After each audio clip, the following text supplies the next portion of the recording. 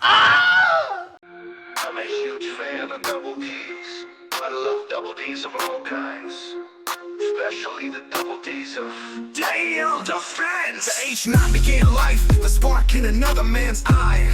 It was a Hudson, and it was funky as hell, but the brand was all based on a lie. One day, the business just ceases, but why? Because the damn guns would shoot themselves to pieces.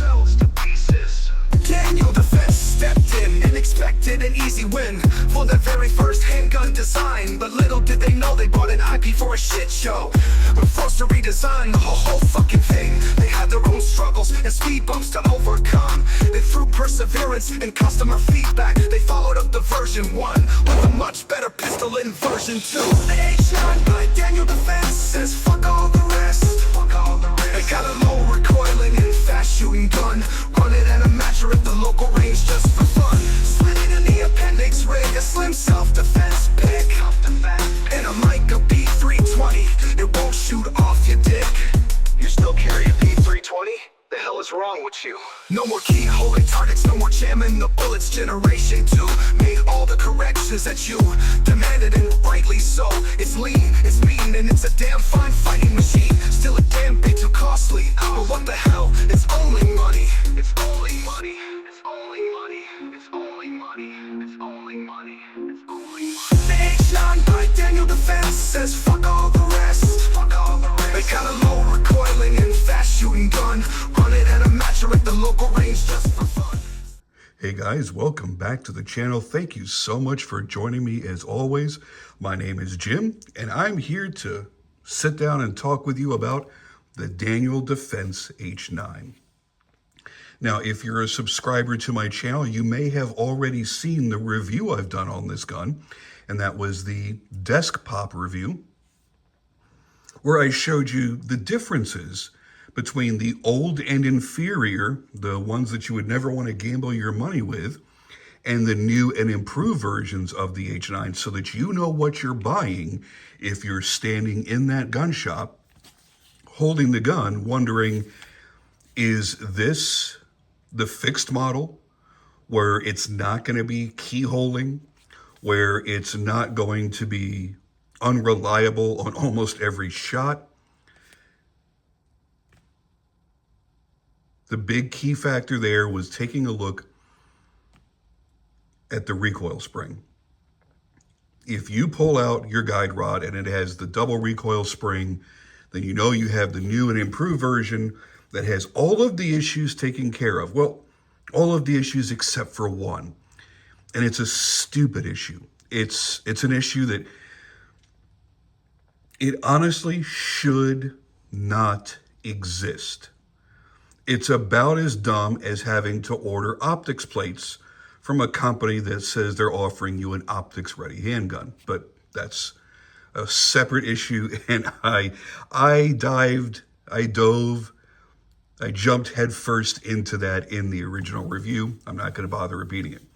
The thing that bothers me, I'm going to roll in a picture here and show you what this gun does to my hand. Now, you take a look at that, you go, well, that doesn't look too bad. It's not very painful or anything. But I should never have a gun that I shoot that within one magazine, 15 rounds, it has already cut me open. Should never have to deal with that. So what I have to do, and it's utterly ridiculous, when I prepare to take this gun to the range, I have to make sure I have small little Band-Aids to put on that spot, because it is not likely to be the only gun I shoot that day. And I don't want it to ruin the experience for the rest of the time I'm out shooting. Because I'm telling you, within 5 minutes, my hand is cut open. For a session, I may be out there for 2 or 3 hours shooting 5, 6, 7, 800 rounds. But after the first 15, I'm cut open. Or depending on what point I decide to shoot this gun, I've cut myself open. I don't want to have to go through that. And it's ridiculous. And that is all because of this. Let's see if I can get the camera to properly focus.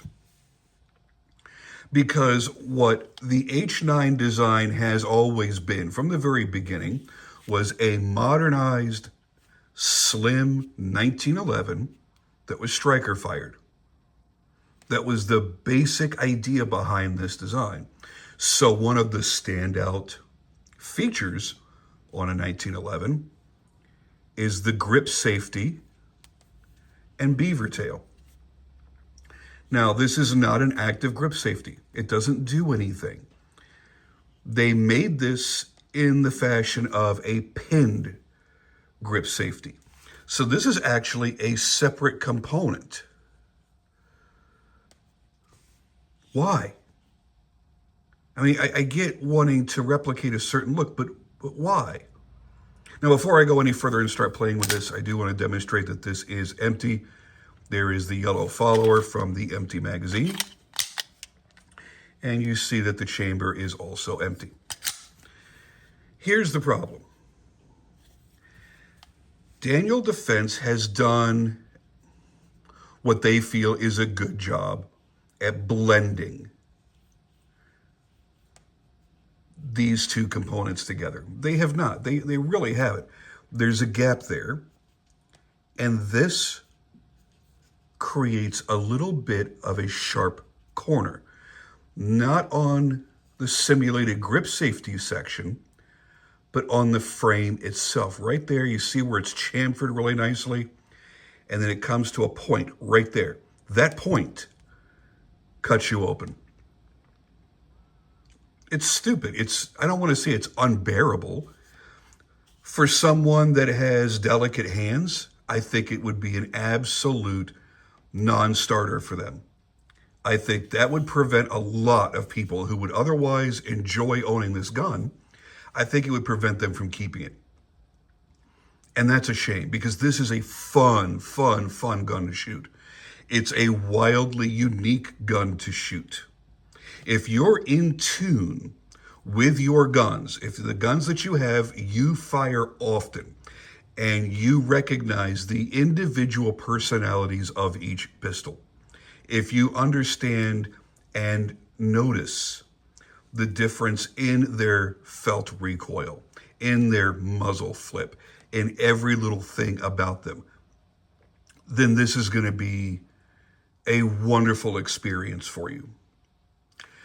Because just like you could tell the difference between a 9mm and a 45, not just because the 45 recoils harder, but it has a different recoil characteristic where it comes back at you and rolls, whereas a 9mm snaps.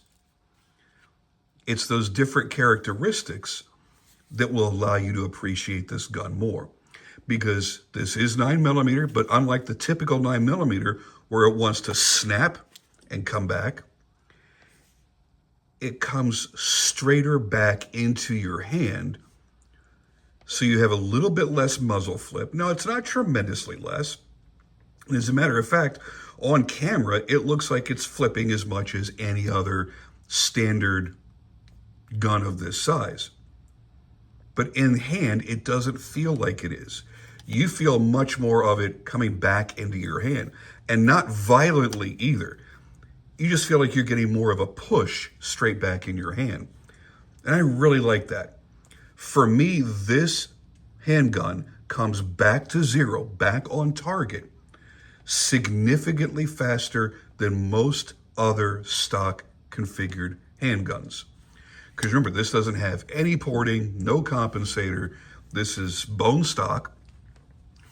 And I'm thinking of possibly keeping it that way. I don't know that porting it is actually going to make it any better. And since I already like, what's the fancy term that other people like to use? The recoil impulse. There you go. Since I like the recoil impulse that it has, I don't think I want to go messing with that. So I'm probably going to keep it the way it is. The accuracy is pretty damn good. I've had a very enjoyable time shooting this, both in slow cadence and also in double taps and more rapid fire situations. I've really enjoyed this. But I'll tell you right now, the iron sights were not really set up well. I like the configuration. I like the blacked out serrated rear sights with the fiber optic front. However, they weren't aligned right. They would have to be adjusted to be dead on perfect. This gun was shooting quite a bit to the left for me, and I thought perhaps that's me. Could be user error because this has a funkier trigger.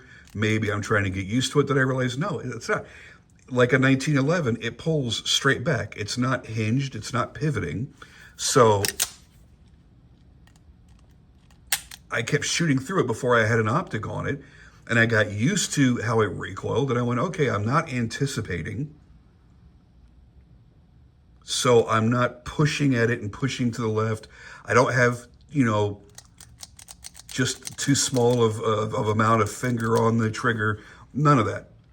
The trigger feels really, really good on my finger. I don't really feel that I have to constantly be hunting for the best spot. But once I put this optic on there, everything changed. And I have to admit, the Viridian RFX 45 has now become officially my personal favorite optic that I own. I have a lot of really great optics, and it's not even bashing any of the other ones. Like, I love my Holosun 507 comp. I love my Defender XL. Those two big, enormous, giant optics are wonderful. I like my ACSS Holosun 507C. I love the tech that's in it. But this, number one, being green, and I have a couple of green optics. I'm not really a fan overall of green optics, but this is so vivid and so bright. Like right now, it's kind of at a medium setting. I could actually turn this up quite a bit. And not only does it get significantly brighter, but it never bursts. It just gives you a really good, crisp, clean green dot. The reason I haven't liked green in the past is because shooting outdoors, it just seemed like if there was even a blade of grass around, the dot just didn't want to show up in my eye for some reason. And I don't know why. And I think it was a mental distraction. So I've always kind of preferred red. I have gotten to the point now where I strongly prefer an enclosed emitter optic. And even though, yes, sometimes they're too big for the gun they go on, I don't care. Because as long as it's not an inferior optic plate setup where your optic's all the way back here at the rear of the slide, it doesn't really change how it conceals if you're carrying appendix. If this back corner is moved all the way back here, sure, then your shirt is resting on the back side of that huge, enormous body that's on top of your slide. But most of my guns do have the optics cut a good amount forward, an inch to an inch and a half forward, some right on top of the ejection port. So I don't generally have that kind of an issue. Now I've got EPS carries, I've got the Meprolite MPO Pro series in the full size and the compact, and I really, really love those. I don't want anybody to think that I like those any less just because this is my new favorite. I have a Steiner MPS, but this is by and large my favorite. The glass is wonderfully crisp and smooth. I'm sorry, crisp and clear. The dot is just magnificent. And I was mad at myself because I had chosen this optic specifically to go on this gun. And I ordered it and I got it in knowing that Viridian only makes green dots, right? It didn't dawn on me that I had a green front sight. That's a very neon green. And I went, well, we'll see what happens. And the wonderful thing is the Viridian Green Dot is so much more vivid in color that I don't confuse the two. Since I don't do the whole co-witness thing, it's not set up for that, doesn't really affect me, and I'm okay with it. It's okay. So what I've got here is my favorite enclosed style optic on one of my favorite guns. It's not my favorite gun. My favorite handgun, again, I'll go back and repeat it, is the Archon Type B Gen 2, hands down, flat out. That is the holy grail of polymer striker fired guns, period. I've had most all of them. And up until I got back to carrying that one again, my Shadow Systems MR920 had been my favorite carry gun. But the Archon is my favorite carry, it's my favorite shooter, it's my favorite everything. It has no comparison to anything else that I've owned. No HKs, no FNs, no Glocks, no Super Glocks, nothing. Nothing comes close. This is not in that league, but I enjoy it for so many little reasons. Number one is that thinness, both in the slide, but also in the frame, and the feel of an old style military 1911. You've got just a little bit of a convex contour to the frame on a very slim profile frame with the removable and replaceable G10 grip panels. Again, just like a 1911. I am bummed that so far there is absolutely no aftermarket support for this gun. Daniel Defense has dropped the ball, and I'm sorry to say it, but they've dropped the ball a lot ever since they've come out with this gun. For as much as I like this gun, these little things really piss me off. You make a gun that just so few guns are like this nowadays where you can replace grip panels. Why would you not offer an array of grips? Why would you not partner with somebody like Lock Grips and allow them to produce grips? Because they sure as hell opened up the market for the CZ fans, didn't they? I know every time I get a CZ, I go right on over to Lock Grips. Most people that buy a Beretta 92 series, they go right over to Lock Grips.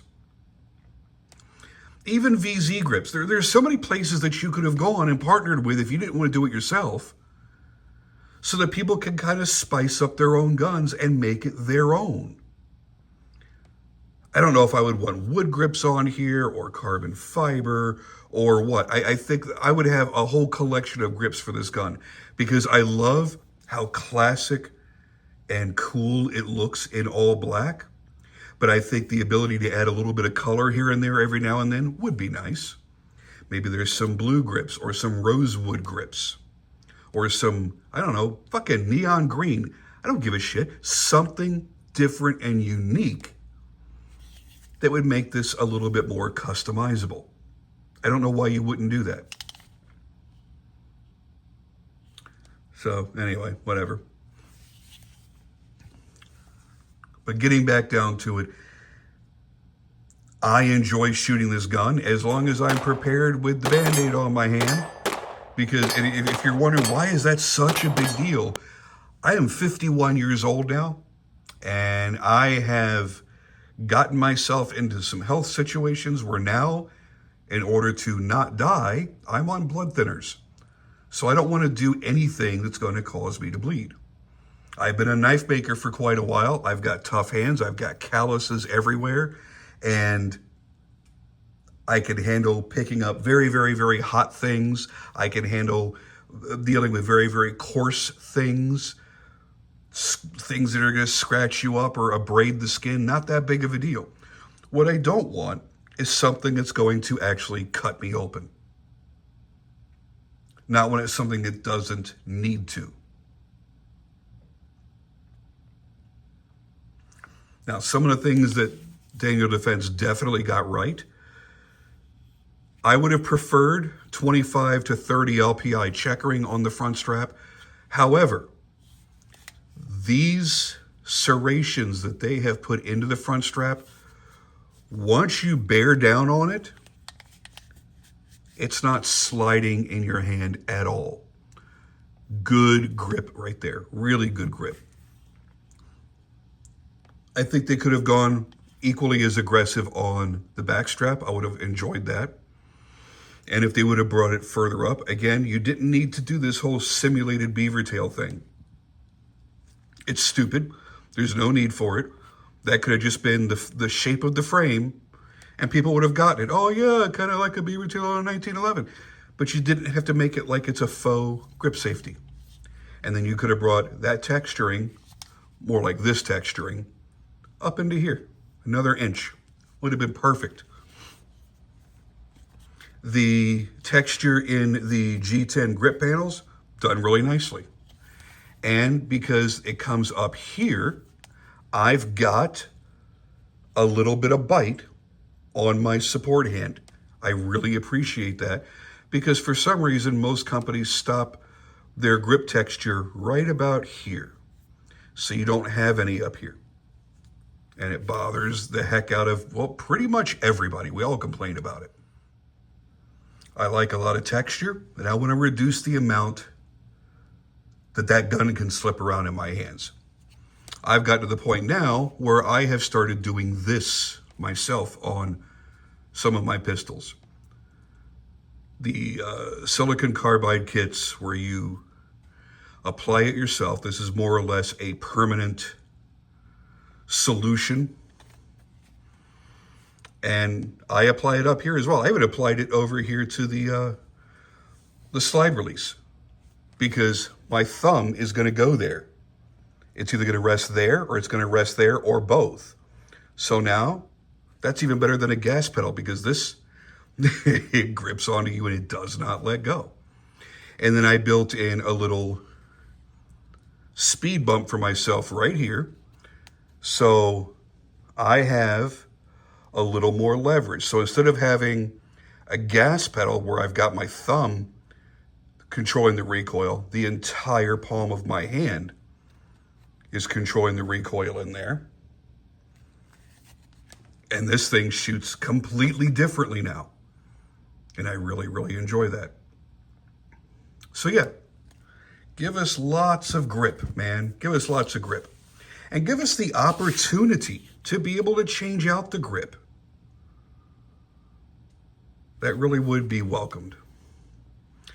So as far as performance and reliability and overall quality, I haven't had any major hiccups, not major.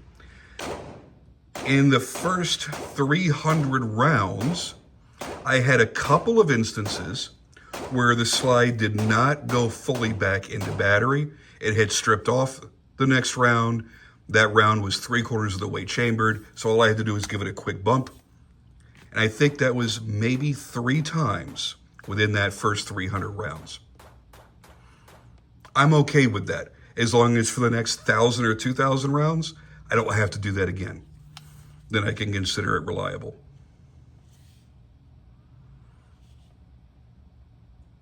I like the fact that when Daniel Defense took over from Hudson, they made it a smaller gun. And I love the fact that they kept the frame aluminum. So it's got some substantial weight to it without being ridiculously heavy. As a matter of fact, there is not a huge difference here between my CZP-07 in polymer and this in aluminum. I don't think I've ever held these two side by side before and made that comparison. But yeah, that's pretty darn close. So I like how I have this set up. I don't think now, after having it like this for a few months, I don't think that the RFX 45 overall shape does complement the H9 as much as I thought it would. So I might be going to a lower profile, smaller optic in the future. I'm not sure. But regardless, between my love for this Viridian optic, how perfect, how amazing it has been, and the wonderful customer service experience that I already shared with you guys before, that's going to go on another gun if it comes off of here. There's just no way around it. But out of everything that could be wrong with this gun, that is my one and only complaint. It's been shooting accurately. It's been shooting, for the most part, pretty damn reliably. I have enjoyed the trigger. I have enjoyed the recoil impulse. I've enjoyed how fast it shoots, because this does cycle quickly. You don't have a lot of mass up here. This is a fairly low profile slide. Not quite as low profile as a CZ75, Shadow 2, or even my PO7 there, but it's still a pretty low mass slide. And it really, it functions quickly. Very impressed with it. So while there are people out there that are just going apeshit over this gun and ignoring the issues that have been present, I've tried to come out here and be as honest and upfront as I can about the issues that were present in the original guns, how mine differed from that, what I love about mine, since it doesn't have those issues, and still not give it a free pass. Because as awesome as this is, as much as I enjoy it, and as easy as it is to carry with as slim as it is, that needs to be corrected.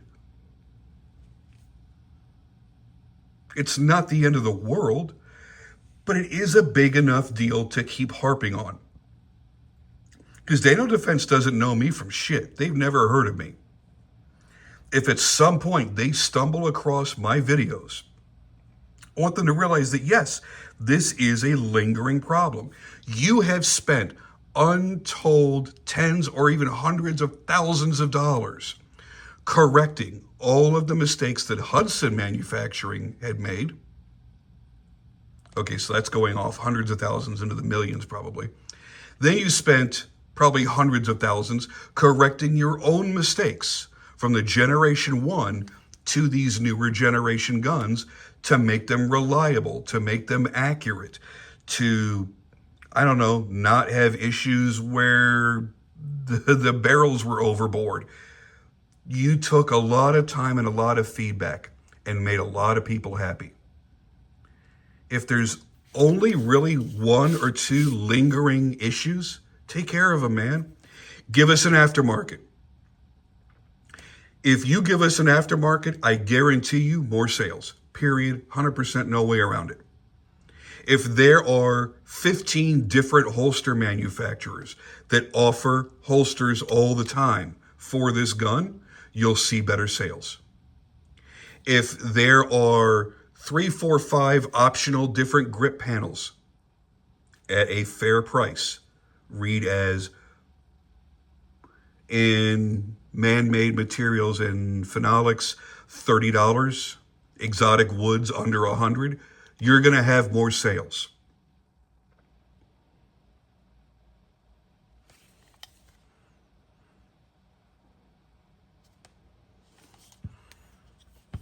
Get rid of this, that edge, that point that just shouldn't be there. Get rid of it.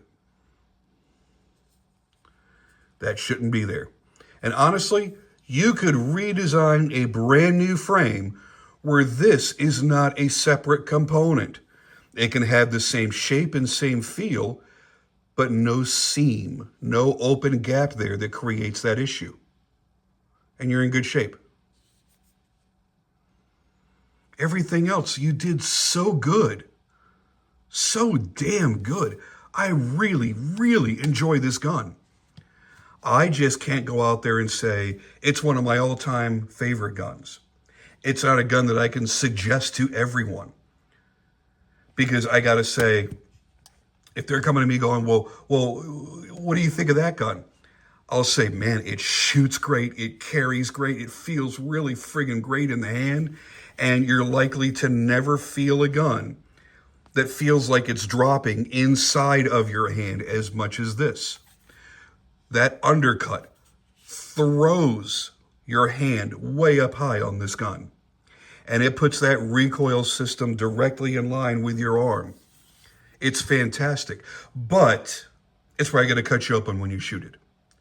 But there's no aftermarket support. You're going to find two people that make holsters for this. And lucky you, they're the two people that charge an insane amount of money. You're not going to get a $50, $60 Kydex holster. You're going to get a $120 Kydex holster. Now, I don't have a problem with that. I have a lot of tier 1 concealed. I have a lot of the higher end holster companies that I absolutely love. The Henry holsters, all that stuff. I believe you pay for what you get. But you should be able to get, on occasion, a nice affordable holster. This isn't that new on the market anymore. If this was 3 months old, I would get it. I would understand. But it's not. Partner up with some of these companies, even the little tiny companies, the one-man shops in their garages that are selling a fair amount of holsters. If they've reached out to you, make a mold of this fucking thing. Send it out to them. But give us an aftermarket. Give us possibilities for more holsters. Give us more grip panels. Give us other cool things that we can do to our guns. Man, why do you think 1911s and Glocks have been so unbelievably popular? Because we get to make those guns our own. And you took a step in that direction by having removable grip panels. That's just money you're leaving on the table, man. You know your business. You've been selling ARs for God knows how long now. I don't remember how long now. You know you make much more significant profit on accessories than entire gun sales. Why not make accessories that you can make a higher profit margin on? That's all I got to say. So anyway, that wasn't meant to come out as a negative video in any way. I wanted to show people, how much I love this gun. But yeah, there are those few little things that, boy, I wish I was able to change. I really do like that trigger a lot.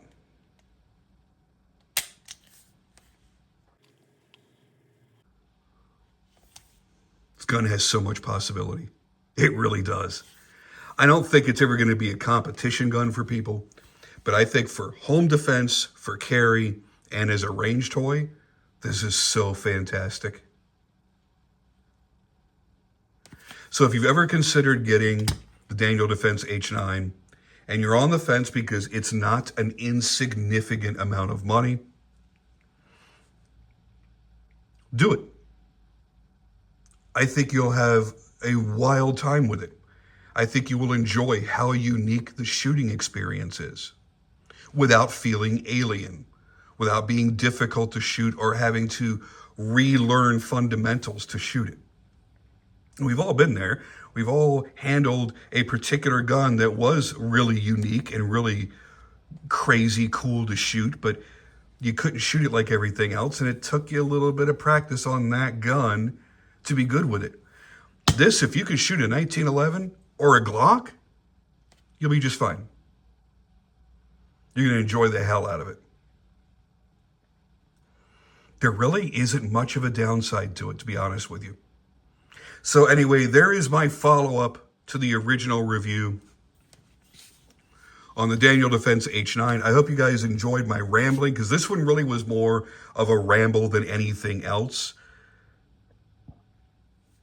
Just because there are so many wonderful pros, but those couple of cons really weigh heavily on the overall tally on this particular gun. So if you're like me and you're a little bit picky, you will most likely agree with my assessment. If you're generally more accepting of things, like you could just go out and buy a stock Glock 17 and just be happy with it the way it is and never do anything to it, never feel like it needs anything, then you're probably thinking I'm just reading way too much into every teeny tiny little thing. And that's perfectly fine. Different strokes for different folks. But if you're on the fence, I would say jump off the fence. This is a fan-friggin-tastic gun and has potential to be one of the best that money can buy. And we'll see what happens in the next couple of years. I hope that Daniel Defense continues investing in this gun. And not just by making evolutionary changes that force you to buy the newer gun, but that they do things that allow us as earlier adopters to still enjoy the changes that they may possibly go through. Because I think I'm going to have this for a very, very, very long time, and I don't plan on switching it up for a new model. Ooh, you're coming out with one in bronze Cerakote. Yay. I don't care. I want significant changes. Thank you guys for joining me as always, and I'll see you on the next video.